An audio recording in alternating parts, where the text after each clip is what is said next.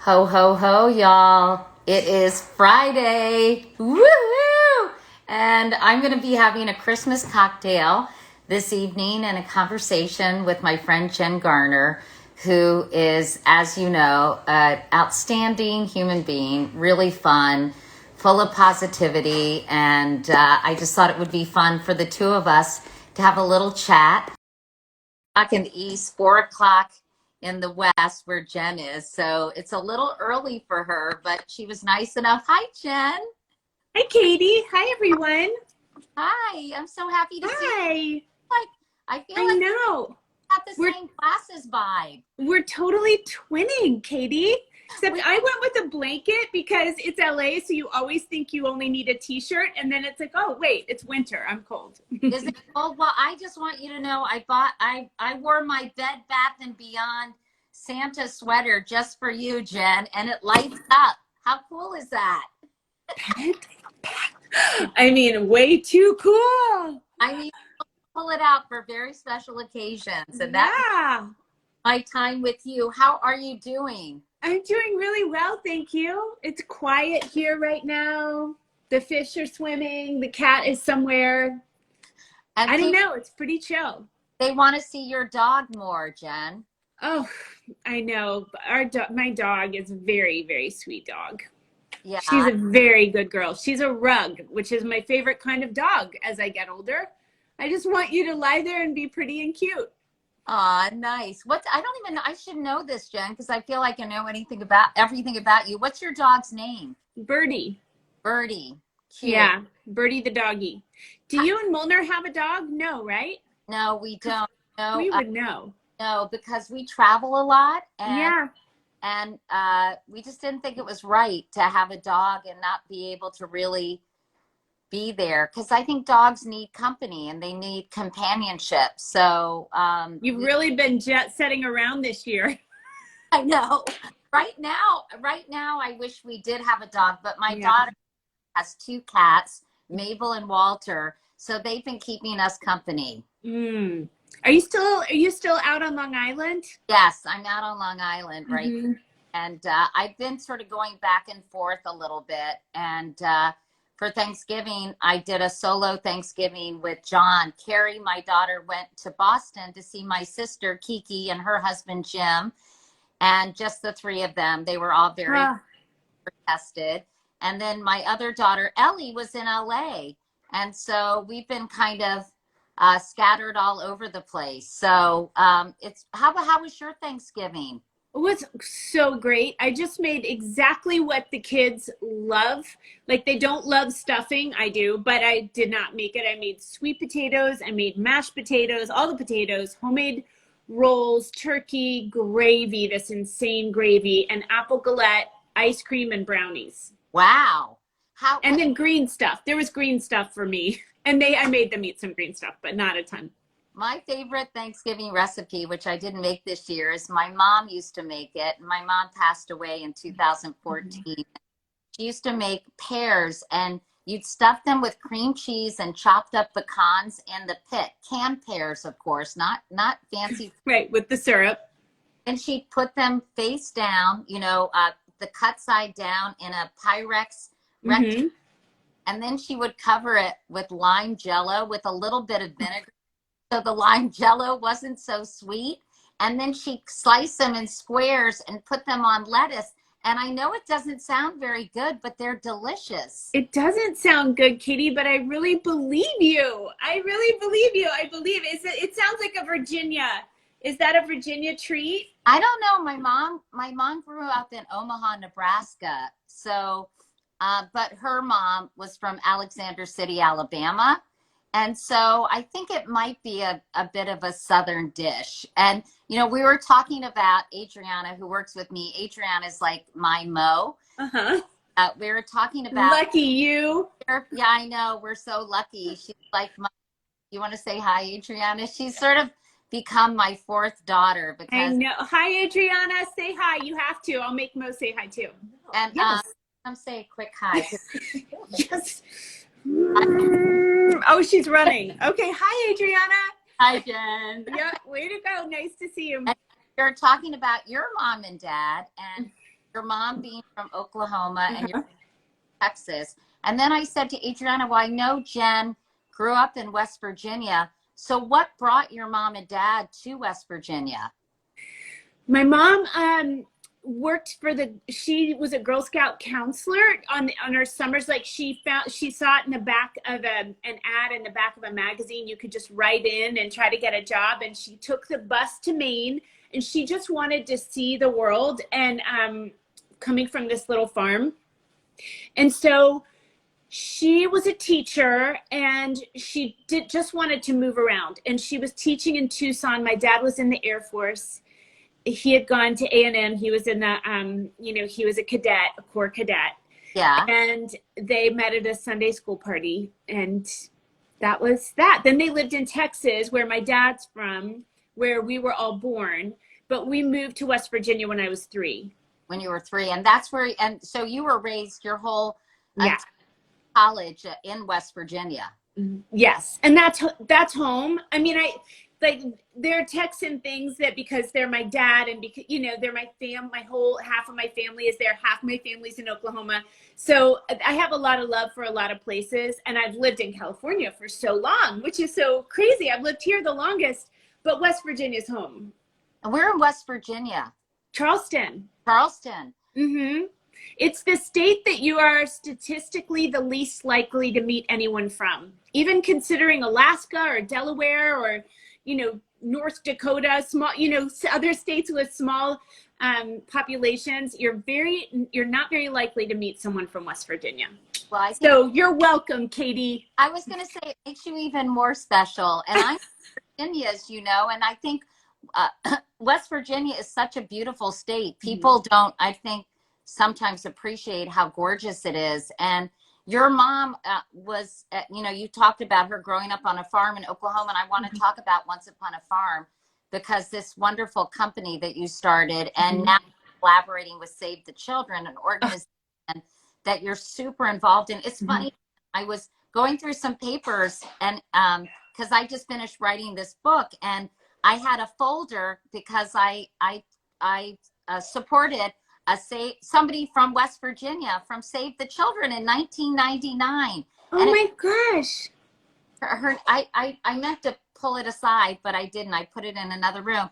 And it made me wonder, that little girl is now probably in her late 20s. And I just wonder how she's doing. And I think it's so great what you're doing with Save the Children, because you're really focusing on kids in rural areas who really need a lot of support and help.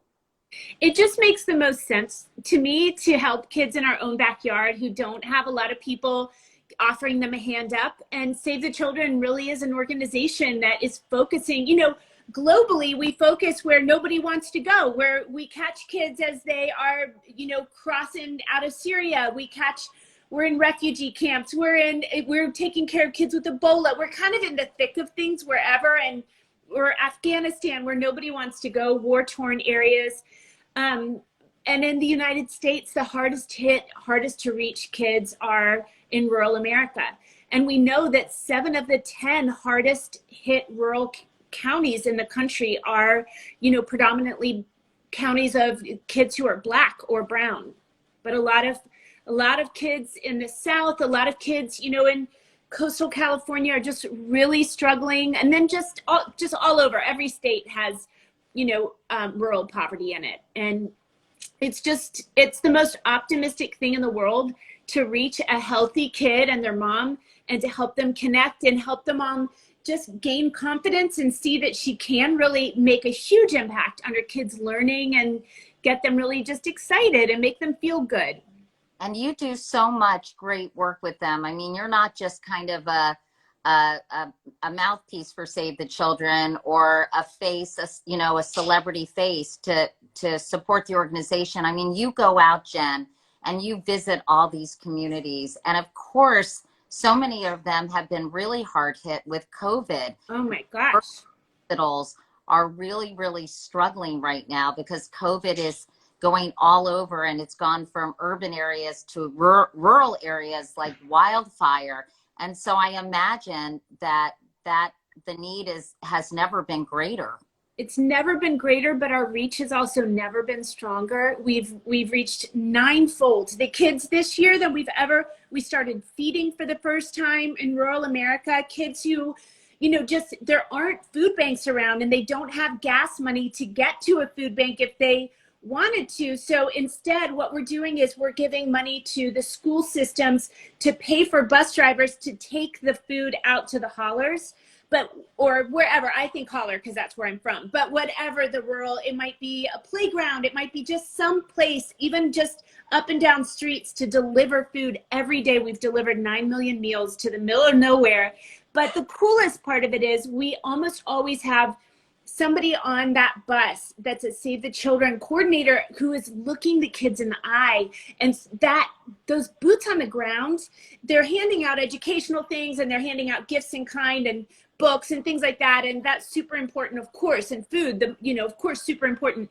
But we're also seeing if there's abuse and if the kid seems like they're in trouble or distress, and then we can go, just make the calls and intervene for that child. And it just makes me, I want it so badly to be across the country. I feel like any kid who doesn't have this backup and this support who needs it kind of breaks my heart. Well, it's so true. We're such products of our circumstances. Yeah. Oh, someone wants us to turn the comments off so we can see Jen and not the comments necessarily. Plus, we have a lot of great questions from social. But your mom grew up in a lot of poverty. Mm-hmm. And I know that she said something to you when you got to New York, which has always stuck with you. And I wondered. Mm-hmm. Share that with everybody, Jen. Your memory, Katie, is insane. And I know you really do remember me telling you this years ago, but she said to me, you going to New York from West Virginia with a college degree is never, whatever you do, it's never going to be as big a deal as it was for me to leave that farm. It will as scary as it is, I know you can do it because I could leave that farm. And she really did know it way before I knew it. I always thought, okay, I got this theater degree and I worked every summer in summer stock and I built sets and I just wanted to be around it, but I'll go back to law school or medical school. I'll keep going to school and I'll just love this on the side. And my mom just was like, this is who you are. It's not just, you're allowed to just love it and pursue it too. You kind of are. And she said, and it's not that scary. I left the farm. You can go to New York. And I don't know. It's made me feel like brave about all kinds of things. My middle daughter is in a school admissions place right now because she's at where we live. She's applying right now for middle school. And one of the admissions ladies asked her, give me 3 words to describe yourself. And Sarah said, can it be a phrase? And she said, sure. And she said, go for it. And I went, that's my girl. That's it. That's so cool. That's so amazing that was her phrase. Well, it sounds like your mom was incredibly encouraging, which is awesome. But also, she did accomplish so much because she grew up in pretty poor circumstances, Jen, didn't she? Oh my gosh, Katie. Really, when you hear the stories, like the little farmhouse that she grew up in, was on this family farm until this last year. When I would take Ben back to visit it, he couldn't stand up inside. It was so low, and there was water coming in, but from the sinks, the water had to be carted back out. Or wait, maybe there was water going out one way. It was one way, not the other. And there was just like 2 little, kind of a living area and kind of a bedroom area, but it was just a very, they didn't have a stove or electricity or phones or, all that stuff until much later. But you would never, to hear her talk about it, it sounds like the most magical childhood, even though they had a big garden, and my grandmother Violet was really smart about canning and just knew how to do things that we don't know how to do. So my mom has always been a huge advocate. People don't know how to grow their food. They don't know what a boon that is to their own economy and their own, not just health, but it just makes sense. And so I've always had a garden, and it's been a big part of my just my brain is thinking about just growing your own food and how much power there is in that. And in fact, I think it's so cool. So for people who don't know this, a lot of people do who follow you. You have a company called Once Upon a Farm, and super healthy food for little kids. But also, I thought it was so interesting because when I interviewed you in Boston, I guess, gosh, maybe like a year and a half ago, you were telling me that people who are having trouble, who are going through chemotherapy and cancer treatments, really enjoy some of the things you make, like smoothies and all that. But you're doing healthy food and you're making sure it's affordable. And now join partners. And I know you were excited about this, and you were trying. When I talked to you and the president of the company, there were a lot of kind of things to, it's hard to do. Yeah, it's complicated to, to really join forces and to have an NGO, to have a company, to be in partnership in this way. But it's been so important to me from the beginning. And luckily to our CEO, John Forker, he and I are totally aligned on the mission of the company, that what's the point of having a company that makes food if you're not going to help feed kids who wouldn't have it? I mean, right. Yes, it's a great food. It's what I would have fed my children. And I do actually now. And I have 14. No, she's 15. Yeah. 15, 11, and 8. And my kids eat it and I eat it. It's not baby food it's like people food that's convenient and healthy. But we're so totally aligned, and we have a WIC line. But now we're actually, we have our first year, you just have to get started. We're really big believers in that. Just get in there and start. And then next year we already have plans to ratchet up our partnership by so much. And it feels so totally right to me. And I should mention, because I don't think I did, it's a partnership with Save the Children. Yeah. And so that you guys can get that healthy food to all those kids who really need it. So congratulations on that. And I think people have no idea how much work this company is, and what an outstanding job you and it's John Forker, yeah. Kind of getting it off the ground and going through all the barriers that unfortunately government programs can sometimes put up inadvertently to try to get into the system wasn't easy. So I'm really so proud of everything that you guys are doing. Thank you, Katie. The WIC system, Women, Infant, and Children, is designed to make sure that, mothers who are bearing children, who are nursing their children, and up to the time that their children are 5, and babies and, infants into children who are the age 5, have healthy food, because you need it to grow, you need it to learn, obviously. Right.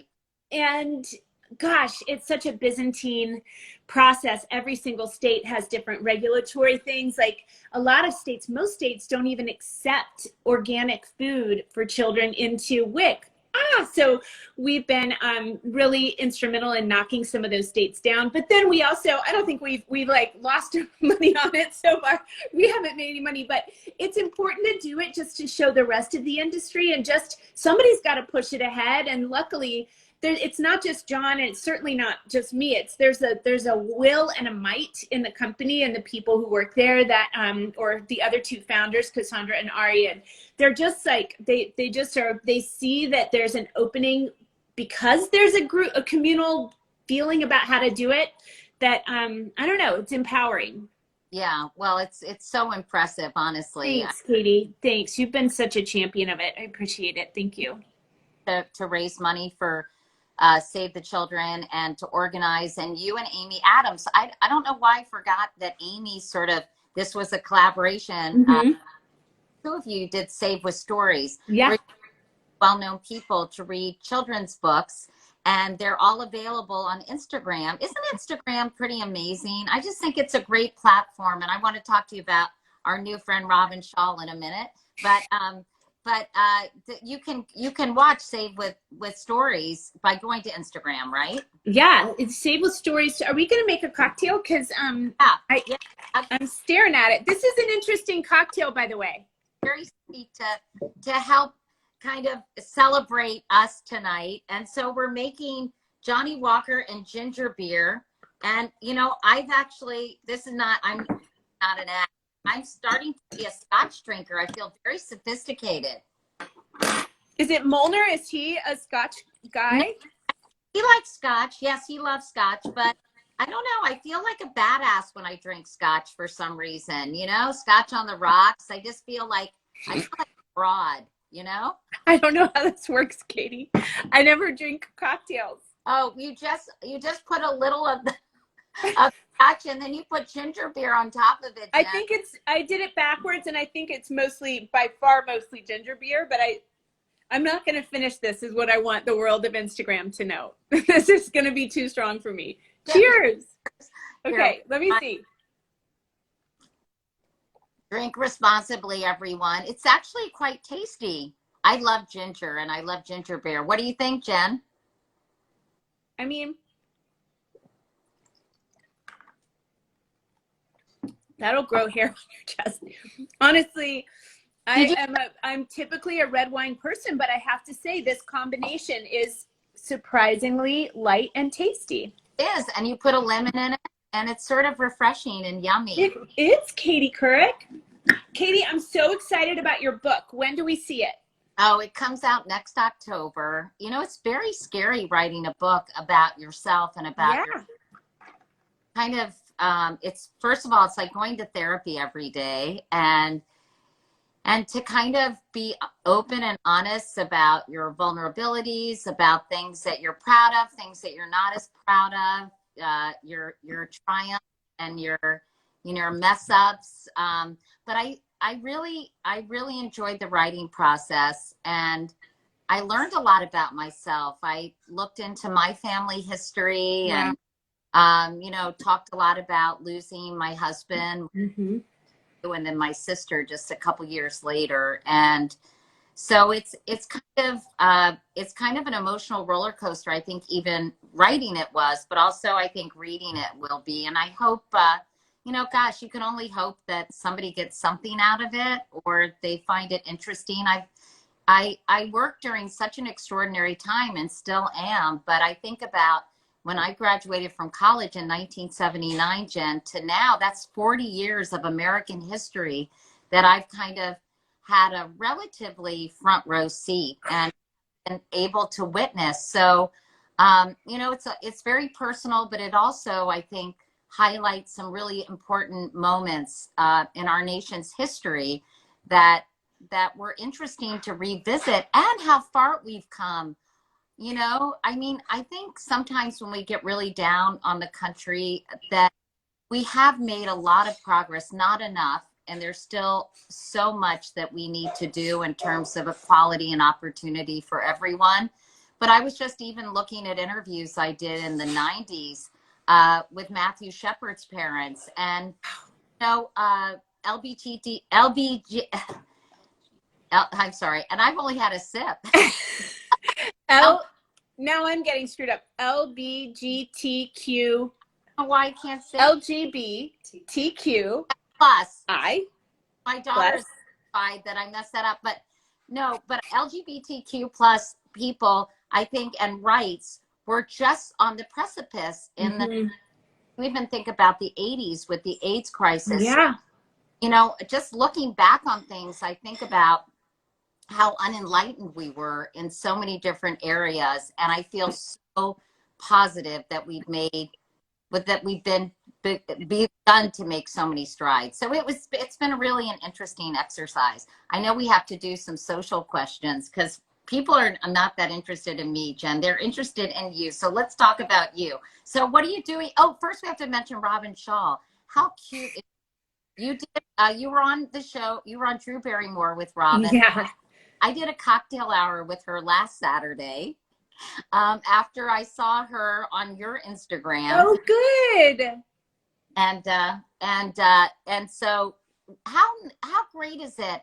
And I think she's so grateful. Was it sweet to see her reaction? It was, but I really just feel like, yeah, I mean, it's really, first of all, Tank's Good News, you know, which is an account I love. I love all the good news accounts. I love them all.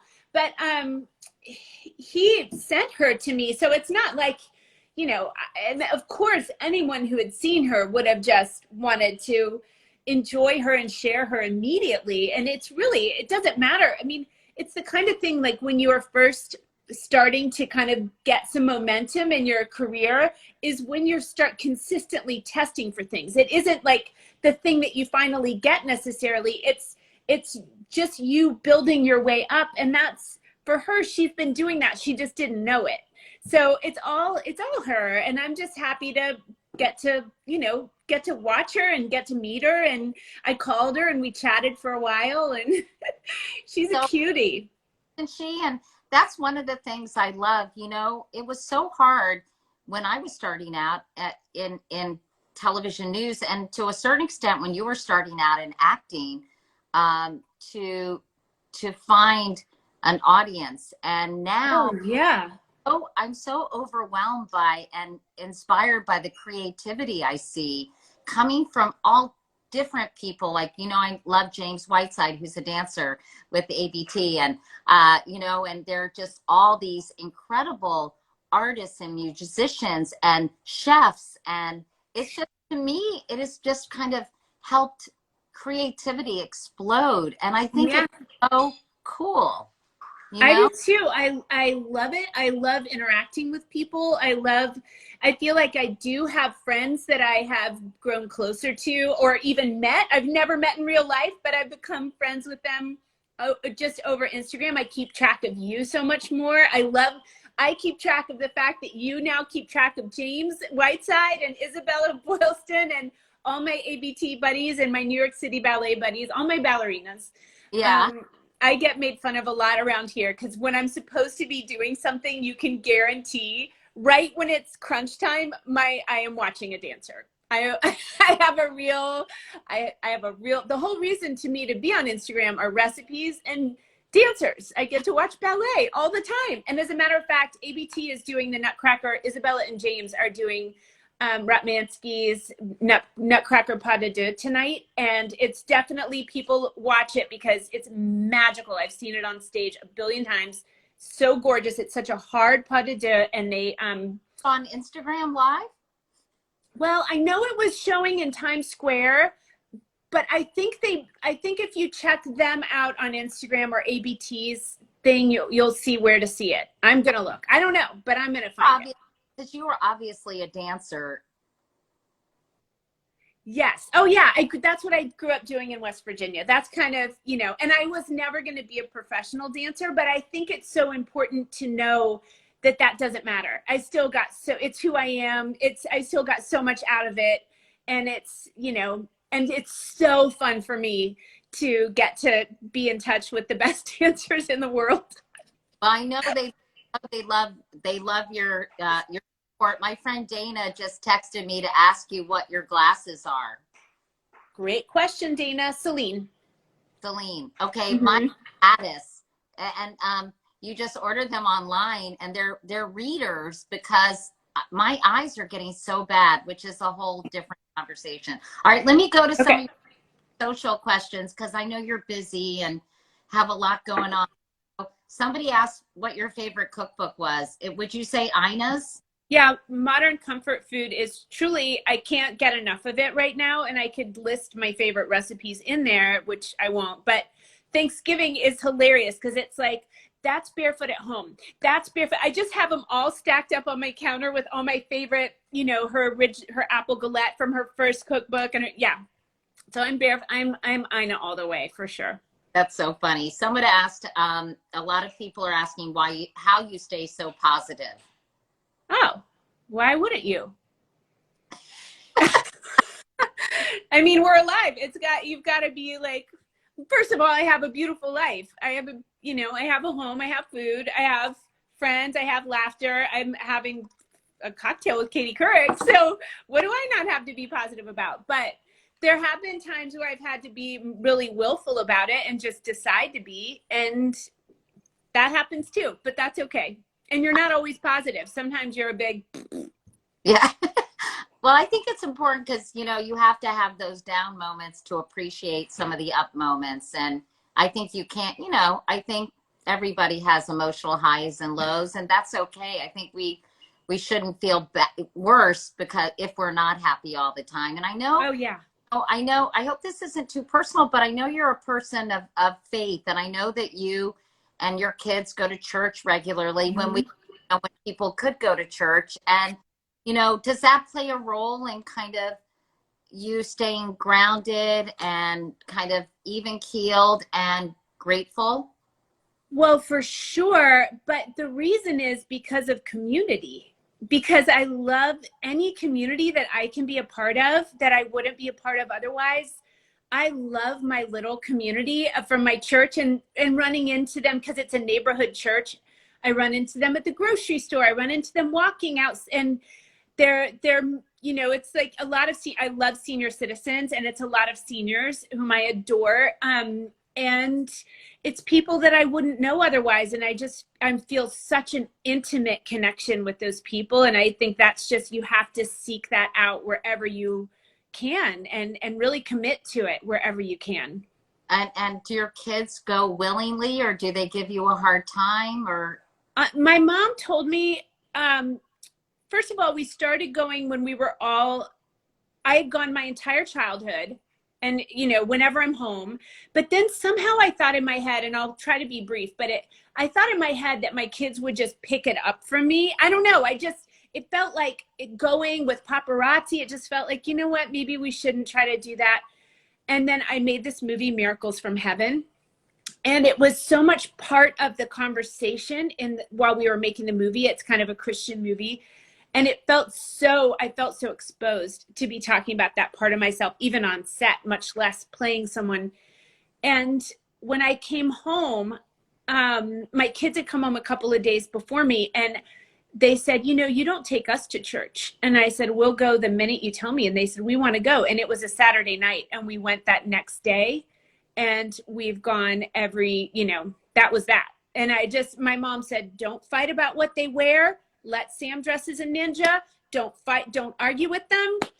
Let them get cookies after, but just be joyful that you're there. And I do. And the community is really cozy with them, because I think they know it's hard for my kids sometimes to feel safe. And so they have that there. No, I don't have to fight them. Violet's the Sunday school teacher. I mean, it's cute.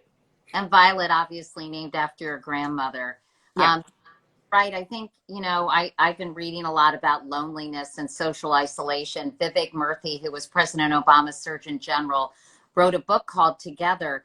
And it's really it's so important. We are hardwired to be social animals, have that sense of community.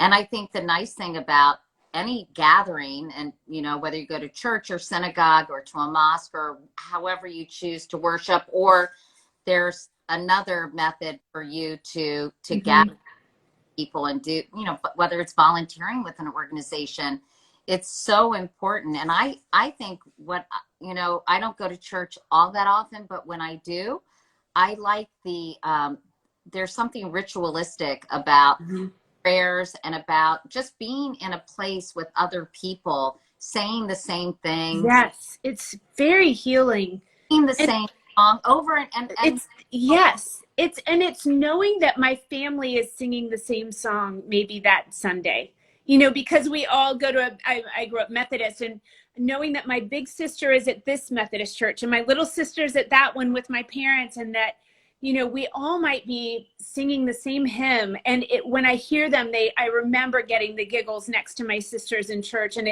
there's something that whatever it is that roots you to who you were as a child, I think it's just important. And so then knowing that makes me feel like, well, I better be rooting some stuff with my kids. I better be working on that and giving them something to look back to when it's hard for them.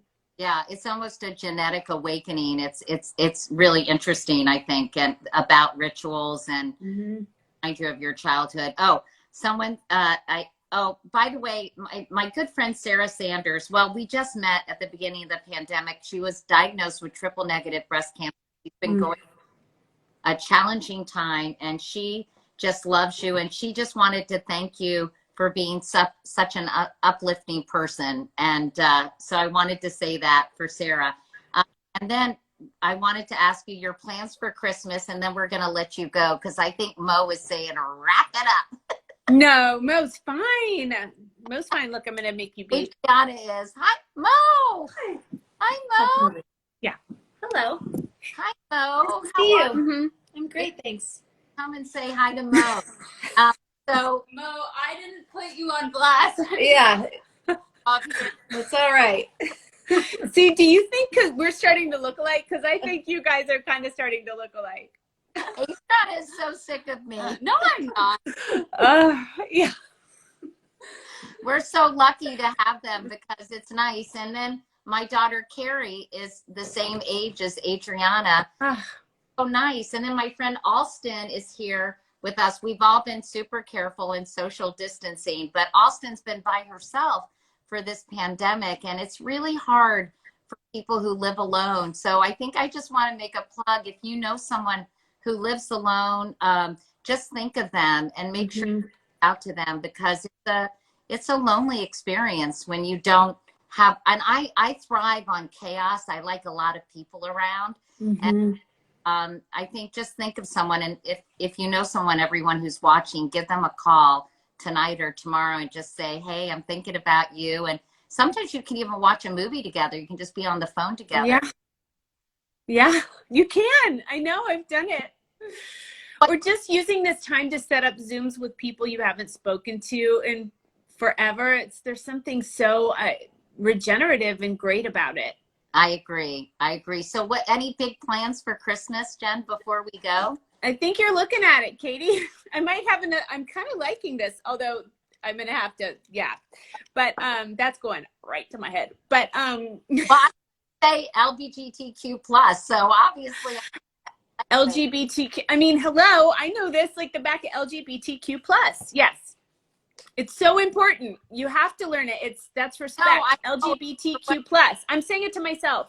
I'm saying it to everyone. We all respect. I had a synapse misfiring somehow. Oh, my daughter would be she would just be like, you're so just cisgendered. You're so cisnormative. My daughter's in the kid. Oh my, embarrassing. But are you going to see, I guess it's going to be hard. I guess you won't be able to see your mom and dad. You'll Zoom with them. Your mom made some great sweet potato pudding, right? She is funny. My mom wants to be an Instagram queen. She wants me to have her on all the time. She's like, I read the comments and I think they like me. I said, I know, Mom, they do. That is so cute. Simmer down, Mom. No, I can't even think about it. I will not. This isn't a family year, but this is a year to just abide and to know that better things are coming, and we just have to, we're getting there. I think it helps a lot to have a light at the end of the tunnel. I will be first in line for that vaccine, won't you? Yes, I will. And I think, one of the things that's really important is that it reaches the communities that Save the Children serving, and that, it's interesting. I interviewed a Black doctor who's part of a consortium who is reaching out to people of color because there's a lot of mistrust with vaccines in the Black community, understandably so, because of the fatigue and some medical atrocities that were committed against enslaved people. And so, I think that's going to take a really big effort to make sure that all communities trust this and believe in science and are appreciative of all the scientists that have worked so hard to really come up with these vaccines in record speed. And I think, yes, I will be doing it, and I will be educating people as much as I can feel comfortable taking the vaccine, because that's a whole nother controversy that we don't have time to get into. I don't think we want to wade into that either. Well, count me in if I can be if I can be part of that storytelling, doing it on on camera with you. Excuse me, ginger beer, whatever it is, Katie. I'm down for it, because it's so important. It's going to take all of us doing another big push together. And it is unfair to just expect people whose generations have earned the right to mistrust. Yeah. We can't expect people to just leap into a place of surrender. We have to, go along their walk with them. And I think, it's really hard. I think I just posted an interview that someone on my team, Julia Lewis, did with a nurse in Minnesota. And I think there's a lot of COVID fatigue, but we have to continue supporting our frontline workers, and they are at their wits' end. They're really suffering emotionally, spiritually, physically, and I think we have to be responsible for the people who are taking care of so many Americans. And now, you know, so many people in our in our parents' generation, and my parents, my dad, and I'm sure your grandparents, Mhm. and maybe your dad and your My mom, parents, yeah, they're you know, 82. Yeah. they have sacrificed a lot. Hmm. I think that we're not accustomed to being asked to sacrifice. Hmm. And people are it's the faster we get this under control, the faster people can get back to work. And I just think it's really important that even though we're so polarized, that we come together as a country and do the right thing for everyone. Hmm. Yep. And I couldn't agree more. It's just another few months. It's just even just think of it 1 week at a time. But this is a week. Next week is a week. The week Christmas is a week. We're just gonna have to bear down be smart. and Zoom our moms. Yeah. If you're able to, your sister. I'm lucky to have a mom to Zoom, so I will do it. Maybe I'll Zoom your mom, Jen. You should. She's the sweetest. She's the coziest mom in all the world. Oh, isn't that nice? Well, I'm Yeah. glad you made her, because there's nobody like your mom. Mm-hmm. Anyway, well, listen, it's been so fun talking to you. You're just such a light. And Sarah, my friend Sarah, was freaking out that I mentioned her name when I was talking to you. But Extra big love to her. and maybe we can do this again. And it was really fun seeing you. And tell Mo I said thank you. Bye, Mo. Bye, Mo. Bye. Bye, Adriana. Bye, Carrie. Bye, everyone over there. Bye. See you soon. Bye. Thank you for Bye. having me. This was really fun. Again. Bye. Bye.